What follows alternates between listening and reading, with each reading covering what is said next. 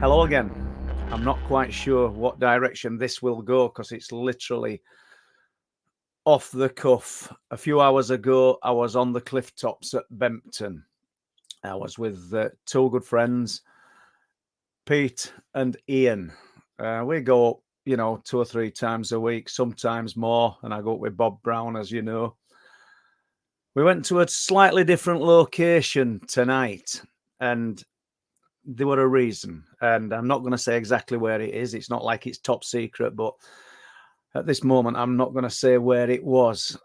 But something happened. Something really unusual happened. That's well, it shook one of us up more than the others, but nevertheless, it were an interesting night.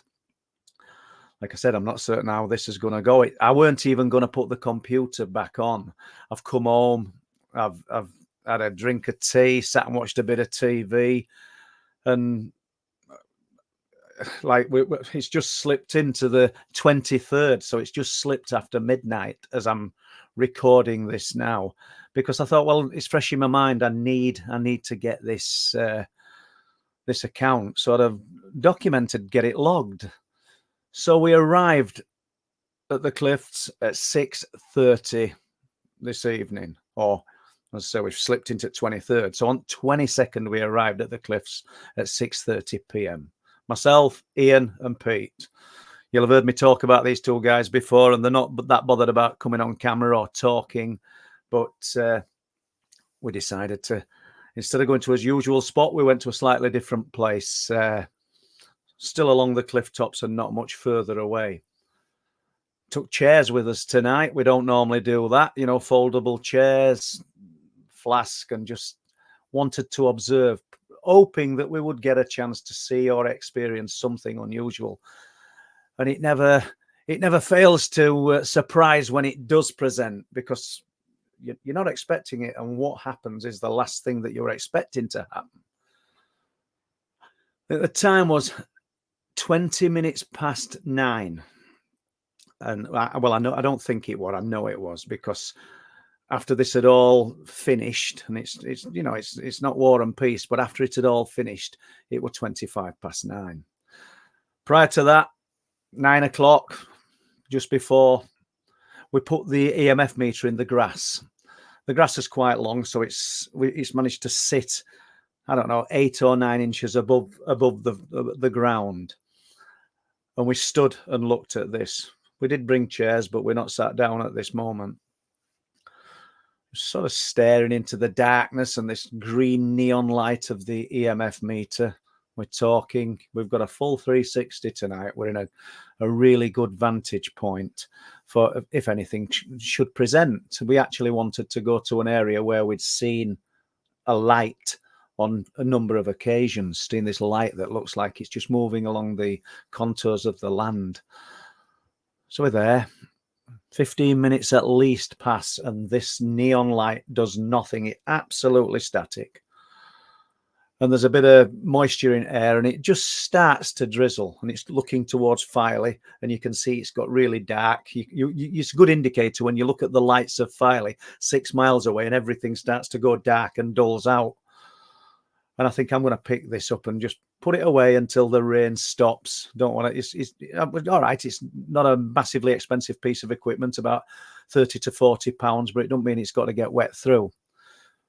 And I just say, well, nothing's happening, guys. I'm going to just pick this. And soon as I open my mouth, bosh, it goes over. It's onto red. It's almost a reaction to me saying I'm going to put it away, because there's nothing happened prior to that. So with that, all three of us at various points start to ask questions. Nothing too deep. It's not about spirit or anything like that. We ask it if it could give us a little surge in power, in activity again. And when you ask it, it's doing it. And then there's nothing. And what we noted, all three of us, was that it was responding to the indirect questions rather than the direct questions. Almost as if when you're asking it, it's almost like we're dishing out orders, expecting this to perform. But is responding to the indirect questions. I would say something like, ask it something, Ian. And as we say that, it flashes over. And you're thinking to yourself, does it want Ian to ask something or doesn't it? Obviously, because it's not saying yes or no. But we've got this response. And there's gaps in between it. But please understand, because the EMF activity that we've tried to gain results from for years and years has only started when Mick Park came up with me. I think it was in, I don't know, it's about 2021, and we got this EMF meter out and we started to gain results from it. But prior to that, we'd had nothing. And on this night, last night, it was only flashing and activating when we asked it questions. It wasn't the bulk of the time. If you left it 10 minutes in silence, there was nothing. Open your mouth to ask something, open your mouth to suggest something, and it's flying over. What the mechanics of that are, I don't know. I've said it many times, and I've got my glasser case here. But you imagine that's the EMF, this. Put the glasser case near it, and you'll get a result. It will flash. We were at least 10 foot away. And I did make a point of saying that to Ian and to Pete. How far away are we? 8 to 10 feet. And they agreed we're at least 10 feet away from this. So you've got the North Sea, you've got farmland, you've got nothing above you, no cables, there's no cables below you. There's just nothing to create this surge in electrical activity that this unit was doing. So that happened. And then without warning, Ian suddenly said, "Oh my God, look, can you see that? Can you see that?" And we're looking around us because he's pointing to the floor. And he tells us he can see an orange glow running across Pete's legs and running down past my legs. A very weak orange glow. Hands up, I couldn't see nothing. Pete could see nothing.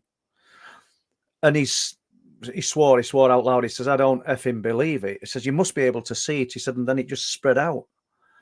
So does that mean that Ian hasn't had this experience because we haven't seen it? Not necessarily, in my opinion. Because I think we realize that whatever it is that is presenting, this intelligent other can interact with people on a personal basis. And I spoke about this. It's strange that I spoke about this on Thursday night on the live stream, saying if this intelligent other, this phenomena, has the ability to speak into our minds and almost predict what we're thinking and show us things that we're thinking about, what's to say that if it's got this ability, and it's not forced to be some kind of exotic science, it could be just some natural ability, just like you've got people who are incredible at running, that genetic superiors, it could be just some kind of natural ability that this intelligent other has. And if it can speak directly into a person's mind, who's to say that it can't place an image into their mind so they think they're seeing that? Because Ian, I've known Ian quite a long time now, and he's not the kind of guy that sees things for the sake of seeing them and experiences things for the sake of it. Usually, if he's seen it, and I'll quote Steve Ashbridge here, usually if you think you've seen it, you have. And I do believe this. Well, it really disturbed Ian. It only lasted for about 30 seconds, probably not even that, but it really disturbed him to the point where he said it had unnerved him, made him feel really uncomfortable. We discussed it then for, I don't know, 5 to 10 minutes. And he said that, also said it had made him feel quite emotional, which was unusual as well. So I wanted to document this strange occurrence that me and Pete didn't see. However, that's not quite the end of it. We're looking inland and we can see the hedgerow. You can see where it flattens off, and then there's a hedgerow. And once again, it was Ian. He's looking there. He's got a Psionics camera and he's got binoculars. And he says he thinks he can see a dark shape near the hedgerow. Is this an overactive imagination due to what's just been seen and experienced by him? I don't think so, because myself and Peter then focused on the hedgerow. Pete saw the dark shape slowly move above the hedgerow. Not a head, not shoulders, just a dark black shape. I put the psionics camera on and I'm looking and I saw it. I got quite animated. I said, yeah, I see it, and moved towards it. Bearing in mind, we're looking, it's probably about 40 yards away, whatever it was. We didn't see anything else after that. And it's one of those, it's one of the strangest experiences that I would say we had. It was definitely whatever was interacting, we'd got some kind of communication, some kind of intelligent output that was being channeled through the EMF meter. And then after that, we've got this pale, opaque orange glow around us. And another thing I just need to add to this, I'd actually said openly, probably 5 minutes before all of this happened, do you know, we're at the back end of the year now. Wouldn't it be wonderful if something would happen? So, you know, we got some kind of sign that, you know, something unusual had happened while we've been out here. And I said that in the context that when I go home, providing Mary's not in bed, she'll say, have you seen anything? Have you experienced anything? And the answer invariably is no, nothing. But I'd said that, 5 minutes passed, and Ian has this weird experience. And I think it's worth noting. And on that note, thank you very much for listening. Remember, if you like what we're doing, please press the like and subscribe. And we'll see you later. Thank you.